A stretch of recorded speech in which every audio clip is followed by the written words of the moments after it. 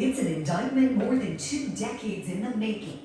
Maxwell was among Epstein's closest associates and helped him exploit girls who were as young as 14 years old. Ghislaine Maxwell, longtime girlfriend of disgraced financier Jeffrey Epstein, arrested and charged for her alleged role in the recruitment and sexual abuse of young girls. Maxwell and Epstein had a method. Typically, they would befriend these young girls by asking them questions about their lives, pretending to be taking an interest in them. They would take them to the movies and treat them to shopping trips. Maxwell would encourage these young girls to accept offers from Epstein to pay for their travel and their education, making these young victims feel indebted to Jeffrey Epstein. Investigators say Maxwell played a critical role in what has long been believed to be a sex trafficking operation spanning decades and crossing continents. After developing a rapport with victims, Maxwell then tried to normalize sexual abuse with a minor victim through a process known as grooming.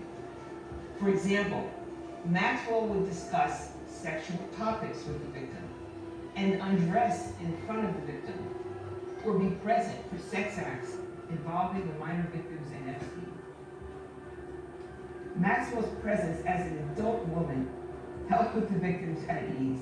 The 18-page indictment claims that between 1994 and 1997, Maxwell knowingly facilitated Epstein's access to victims, knowing his preference for underage girls. Maxwell and Epstein worked together to entice these minor victims to travel to Epstein's residences. His residence in New York City, on the Upper East Side, as well as Palm Beach, Florida, and Santa Fe, New Mexico.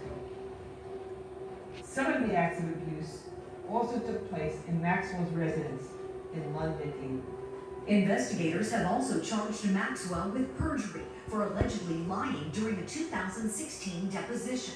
Maxwell lied because the truth, as alleged, was almost unspeakable. Maxwell enticed minor girls, got them to trust her, then delivered them into the trap that she and Epstein had set for them.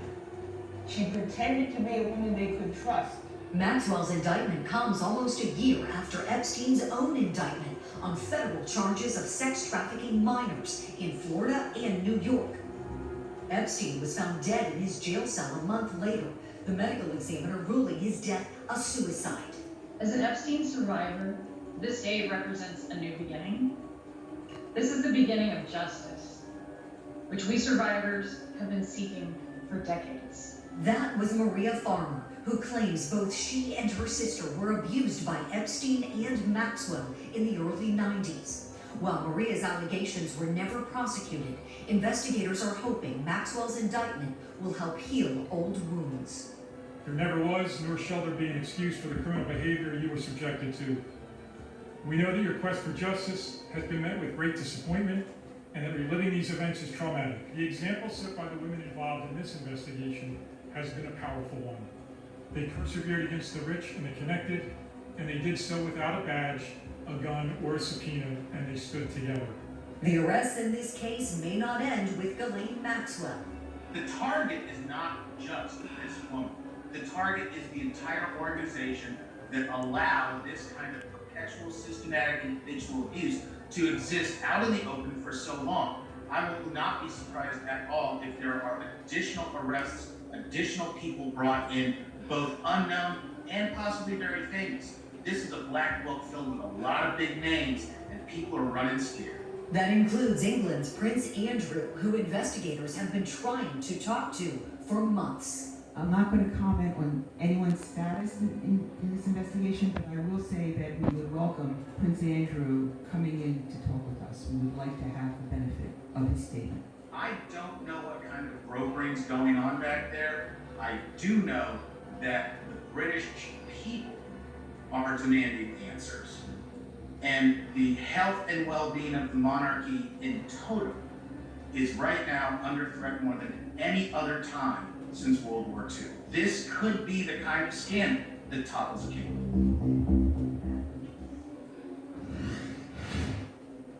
This is is beyond a scandal. I mean, when you think about how long it went really unpunished and how many victims there potentially are and who is connected.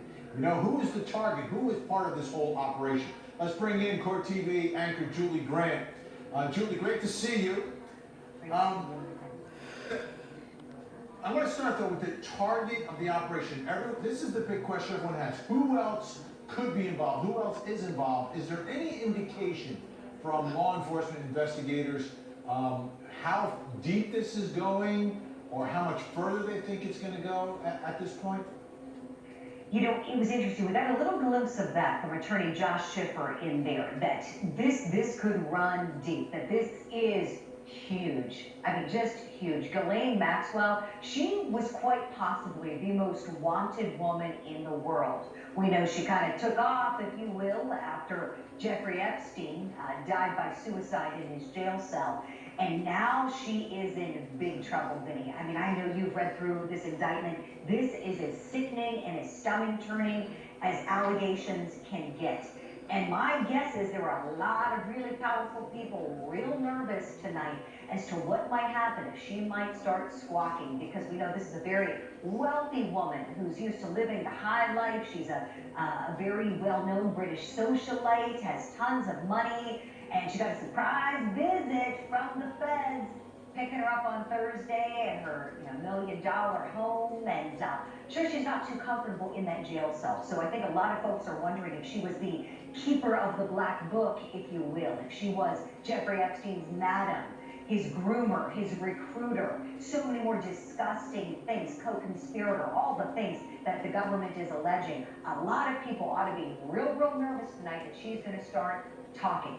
And I think this is just the first step by the federal government, Vinny. I think that she was the first part of this, sort of the tip of the iceberg, if you will, in grabbing her. And then now I think they're going to put some pressure on her to give up others who may have done perhaps even worse than she's allegedly done. Absolutely, those are the only cards she has to play. And someone who's lived the life that she's lived, I mean, being locked up is a very scary scenario. And I think if anyone's going to talk, she's going to talk. Let's take a listen to Maria Farmer. We heard her in